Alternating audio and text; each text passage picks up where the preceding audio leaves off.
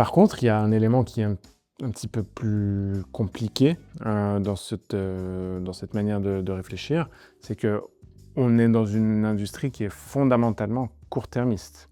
C'est le vrai problème.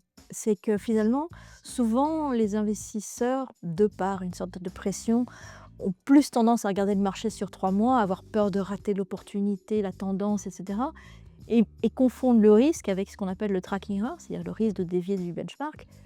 Mais pourtant, le vrai risque, c'est de perdre de l'argent à long terme. Et donc finalement, c'est comment est-ce qu'on remet l'horizon temps et la boussole temps sur un horizon large.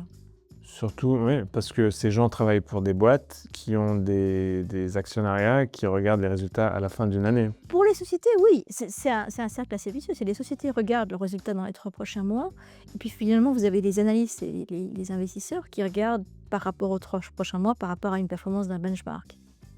Mais finalement, c'est pas un argument de dire: «Je suis content de moi parce que j'ai perdu -20 quand le marché a perdu -30». À la fin, le rôle de l'investisseur, c'est de construire des portefeuilles à long terme qui sont résilients.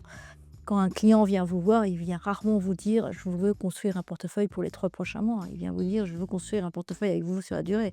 Donc c'est utiliser cette durée pour investir dans les actifs, peut-être comme le private equity, l'infrastructure, qui sont des actifs à long terme et construire une performance qui dure dans le temps justement et durabilité, ça veut dire résilience de votre portefeuille.